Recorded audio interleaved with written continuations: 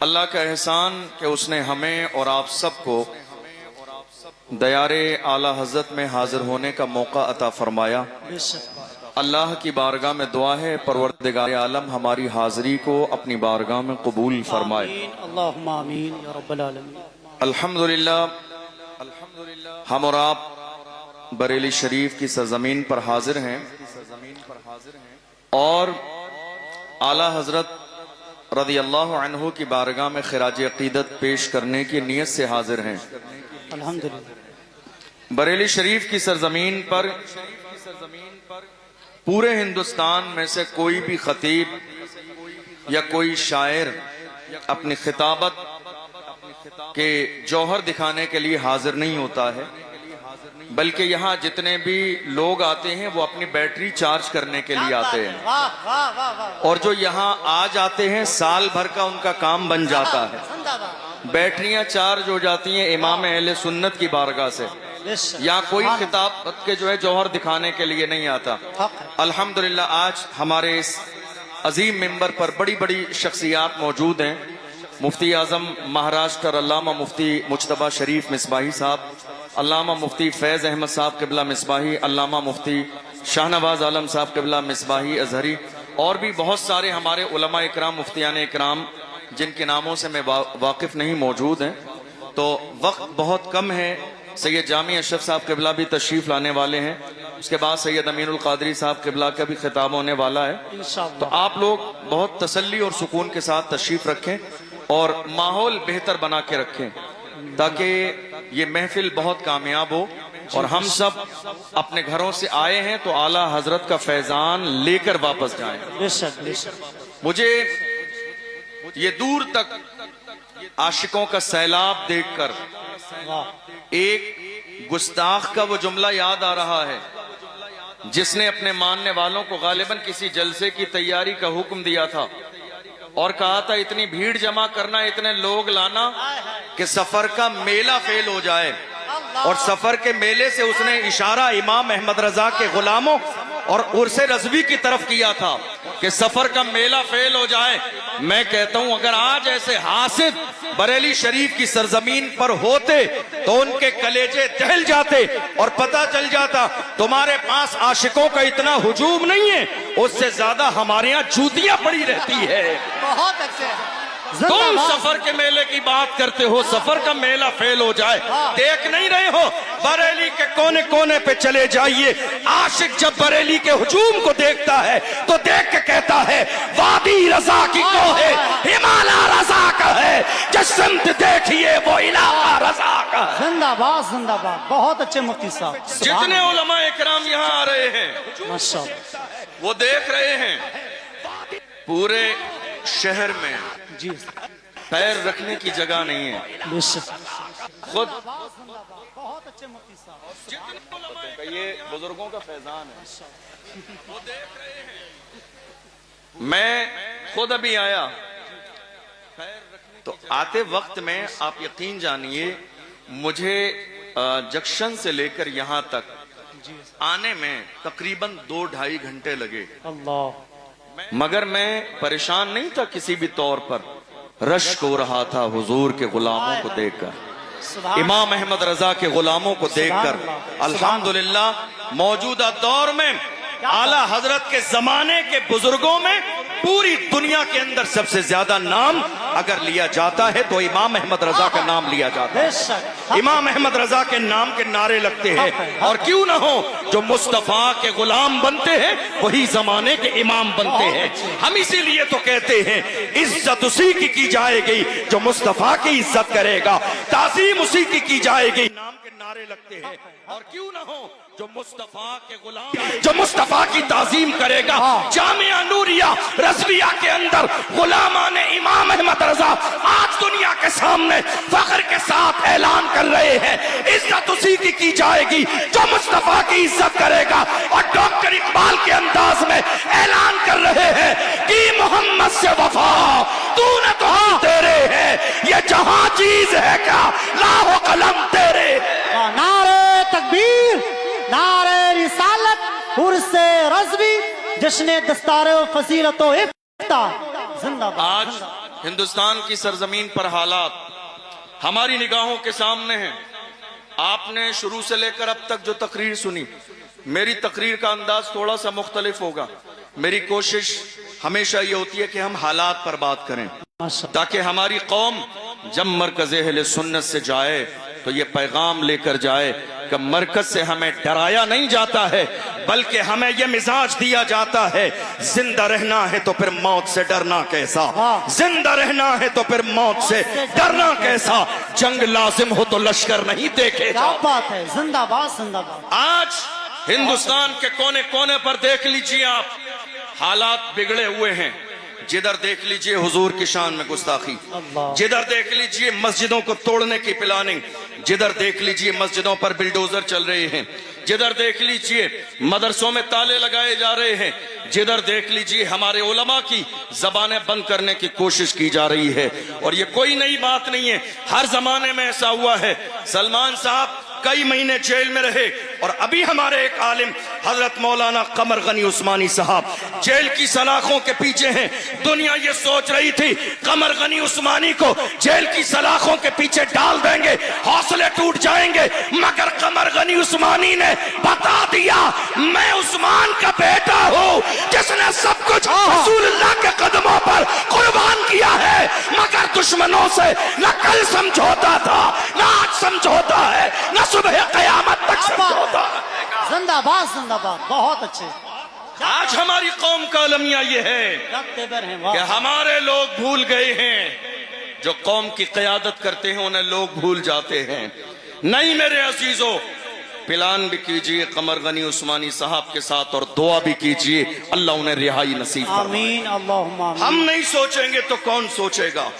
ہمارے دل میں درد نہیں ہوگا تو کس کے دل میں درد ہوگا؟ ہم نہیں بولیں گے تو کون بولے گا؟ آپ کو معلوم ہے میں ہندوستان کے شہروں میں الگ الگ جب جلسوں میں جاتا ہوں اور اس طرح کی باتیں کھل کے کرتا ہوں تو کئی لوگ ہمارے اسٹاف کے بھی اور کئی دوسرے لوگ بھی آ جاتے ہیں ڈرانے کے لیے اور مجھ سے کہتے ہیں ارے آپ کی ابھی شروعات ہے، ابھی نوجوان ہیں، آپ اتنا کھل کے بولیں گے، ہمیں ایسا لگتا ہے کہ آگے کہیں آپ کے لیے مشکل نہ ہو جائے، آپ اتنا کھل کر بول رہے ہیں. آخر آپ کے پیچھے کوئی بہت مضبوط بیک گراؤنڈ ہے جس کی بنیاد پر آپ دبتے نہیں ہیں، کھل کے بولتے ہیں. میں ایسے لوگوں کو بڑے پیار سے کہتا ہوں اگر میرے بیک گراؤنڈ کی بات سننا چاہتے ہو تفصیل بتا دوں گا تو کلیجے دہل جائیں گے. آپ مجھ سے کہہ رہے ہیں دبتے نہیں ہیں، ارے سنو کیا دبے جس پہ حمایت کہو، پنجا تیرا شیر کو خطرے میں لاتا نہیں کتا تیرا. نعرہ تکبیر، عشق محبت عشق محبت. جامعہ رضویہ باقرگنج بریلی شریف. واہ واہ واہ. آج حالات ایسے ہیں ملک کے کونے کونے میں خوف پھیلانے کی کوشش کی جا رہی ہے. ہمارے جوانوں کے سینے میں خوف پیدا کر دیا گیا. اللہ. آپ کی توجہ ہے میری بات پر؟ جی حضرت. توجہ ہے آپ کی؟ جی حضرت. کیا ایسا ہوا یا نہیں ہوا؟ جی. کیا خوف نہیں پھیلایا گیا؟ کیا آج خوف نہیں ہے لوگوں میں؟ باضابطہ پلاننگ کے ساتھ خوف پھیلایا گیا. یہ خوف ہی کی علامت ہے کہ ہماری مسجدیں توڑی جا رہی ہیں اور بولنے والا کوئی نہیں. یہ خوف کی ہی علامت ہے کہ سنبل کی شاہی جامع مسجد کے ساتھ منصوبہ بندی کے ساتھ ماحول خراب کرنے کی کوشش کی گئی، بولنے والا کوئی نہیں ہے. یہ منصوبہ بندی ہی ہے جو فتح پور کے مقبرے پر لوگ چڑھ کے بے حرمتی کر رہے تھے مگر کوئی بولنے والا نہیں تھا. یہ منصوبہ بندی ہی ہے کہ آپ نے جنوری اور فروری میں باضابطہ ہمارے لیے باضابطہ ایودھیا کے میلے میں ہمارے لیے بورڈ لگا دیے گئے، مسلمانوں کی انٹری نہیں ہوگی. ہم سے کہا جاتا ہے نفرت پھیلاتے ہیں، ہم نفرت پھیلاتے ہیں. دیکھ لو ملک کا سب سے بڑا عرس میرے اعلیٰ حضرت کا عرس ہے، کوئی بورڈ لگا کہ فلاں نہیں آئے گا. غریب نواز کے عرس میں کوئی بورڈ لگا کہ فلاں نہیں آئے گا. مخدومہ کی چھوٹا کے عرس میں کوئی بورڈ لگا کہ فلاں نہیں آئے گا. ہمارے سینے کشادہ ہیں، دل کشادہ ہیں، گھر کشادہ ہیں. اور رہی باضابطہ ایودھیا کے میلے کی بات تو سنیے، ہمارے لیے بورڈ لگا دیا گیا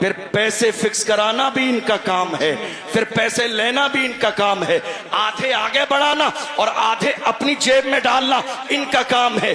ایک کپ چائے مل جاتی ہے، کاندھے پہ ہاتھ رکھ دیا جاتا ہے تو یہ سمجھتے ہیں نہیں نہیں ہماری بڑی عزت ہے، پریشانی ہوگی مارا جائے گا، ہمیں چھوڑ دیا جائے گا۔ میں کہتا ہوں اے میری قوم کے چھپے ہوئے دلالو، جب مارا جائے گا تمہارے لیے ریڈ کلر کا کارپیٹ نہیں بچھایا جائے گا۔ ڈاکٹر راحت اندوری نے کہا تھا لگے گی آگ تو آئیں گے گھر کی عزت میں، یہاں پہ صرف ہمارا مکان توڑی۔ واہ زندہ جو آج صاحب مسند ہیں کل نہیں ہوں گے، کرائے دار ہیں ذاتی مکان تھوڑی ہے، سبھی کا خون ہے شامل یہاں کی مٹی میں، کسی کے باپ کا ہندوستان تھوڑی ہے۔ بے شک زندہ سبھی کا خون ہے شامل یہاں کی مٹی میں، کسی کے باپ کا ہندوستان تھوڑی ہے۔ آج حالات ہماری نگاہوں کے سامنے ہیں، ہم دیکھ رہے ہیں۔ نعرہ تکبیر، نعرہ رسالت، مسلک اعلی حضرت شہزادہ سرکار مولا کائنات خطیب اعظم ہندوستان حضرت علامہ مولانا سید جامی اشرف صاحب قبلہ، حضرت علامہ سید جامی اشرف صاحب قبلہ، نبی رئیس سرکار اعلی حضرت، نبی رئیس سرکار اعلی حضرت حضور سمنانی میاں صاحب قبلہ، نعرہ تکبیر، نعرہ رسالت۔ دیکھیے حضرات، پیر طریقت رہبر راہ شریعت خطیب ہندوستان ناشر مسلک اعلی حضرت شہزادہ سرکار مولا کائنات حضرت علامہ مولانا سید جامی اشرف صاحب قبلہ کی چوچوی کی آمد ہو گئی ہے۔ نبی رئیس سرکار اعلی حضرت پیر طریقت شیخ کامل حضرت علامہ مولانا عمران رضا قادری عرف سمنانی میاں صاحب قبلہ کی آمد ہے۔ آپ رخ زیبا کی زیارت کریں اور ادب کے ساتھ میں بیٹھ جائیں۔ مفتی صاحب قبلہ کی گفتگو اور پھر انشاءاللہ تعالیٰ سید صاحب قبلہ کی گفتگو ہوگی۔ بیٹھ جائیے ماشاءاللہ، بیٹھ جائیں۔ ممبر شریف والے بھی بیٹھ جائیں تیزی کے ساتھ میں۔ حضرت علامہ سید جامی اشرف صاحب قبلہ آ گئے ہیں، ادب کے ساتھ میں بیٹھ جائیے۔ جی مفتی صاحب بسم اللہ۔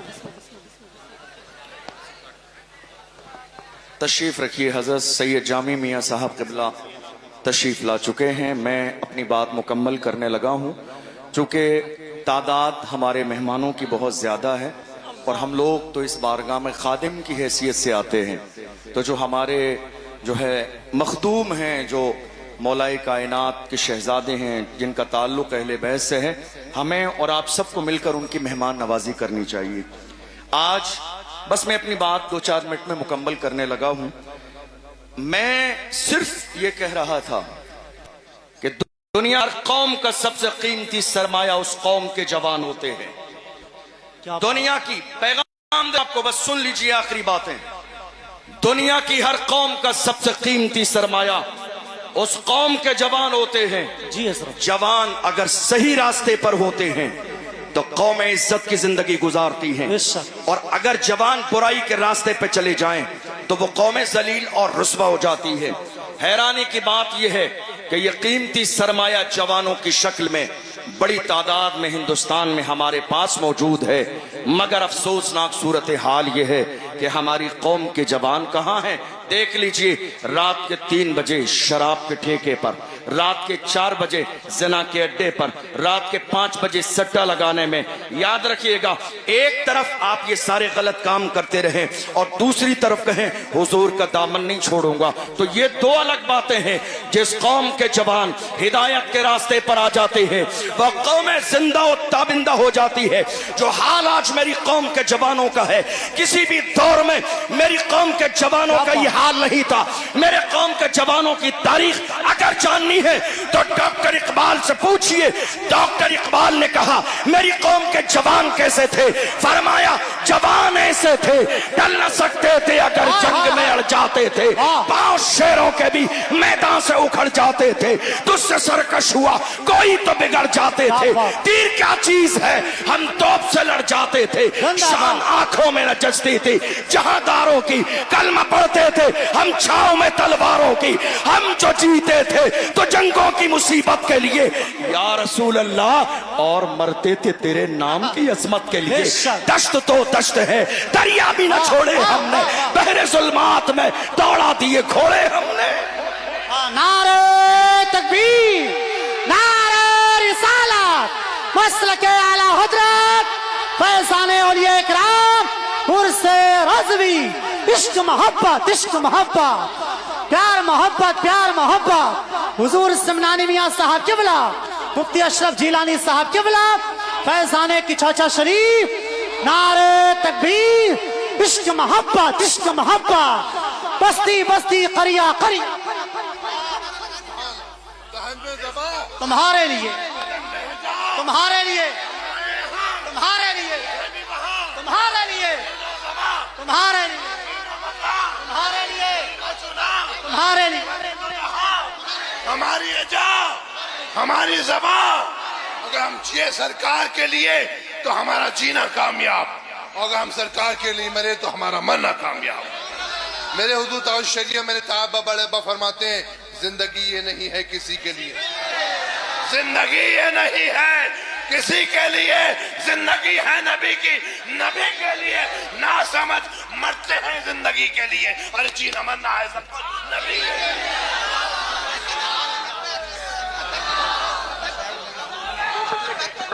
ماشاءاللہ، بس بس بس بس ہو گیا، ہو گیا، ماشاءاللہ۔ تقریر سنیں سنیں، ماشاءاللہ۔ ہزار آج حالات یہ ہیں، لگاتار یہ پلاننگ کی جا رہی ہے رسول اللہ کی شان میں گستاخی کی جائے اور پیغمبر کی عظمت کو گھٹا دیا جائے۔ بس 2-4 منٹ آپ کے لے رہا ہوں، بات مکمل ہونے لگی ہے۔ لوگ کوشش کر رہے ہیں ملک کے کونے کونے پر کہ پیغمبر کی شان میں گستاخی کرو تو پیغمبر کی شان گھٹ جائے گی۔ میں کہتا ہوں بے وقوفو، تمہارے چاہنے سے شان گھٹ جائے گی۔ ارے ہم بریلی والے ہیں، بریلی سے آواز آئی ہے، رہے گا یوں ہی ان کا چرچا رہے گا، پڑے خاک ہو جائیں جل جانے والے، زندہ باد، زندہ باد۔ حشر تک ڈالیں گے ہم پیدائش مولا کی دھوپ، مثل فارس نجد کے قلعے گراتے جائیں گے، خاک ہو جائیں عدو جل کر مگر ہم دو رضا، دم میں جب تک دم ہے ذکر ان کا سناتے جائیں گے۔ ایک جملہ حضرات، آخری 2 جملے سن لیجئے۔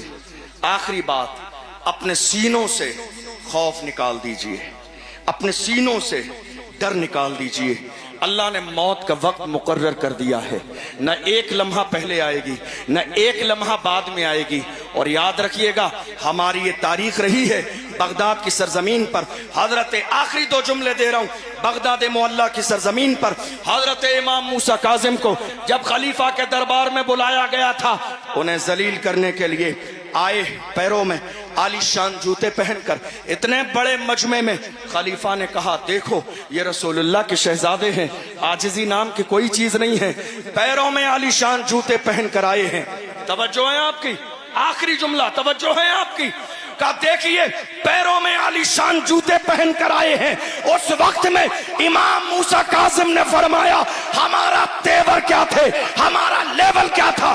امام موسیٰ کاظم نے پیر کی طرف اشارہ کر کے فرمایا او نادان، ہم مصطفیٰ کی اولاد اپنے پیروں میں عالی شان جوتے اس لیے پہنتے ہیں تاکہ تم جیسوں کی نظر ہمارے جوتوں پہ رہے، تم جیسوں کی نظر ہمارے جوتوں پہ رہے، تم اس قابل نہیں ہو کہ ہماری پیشانی دیکھو۔ السلام علیکم۔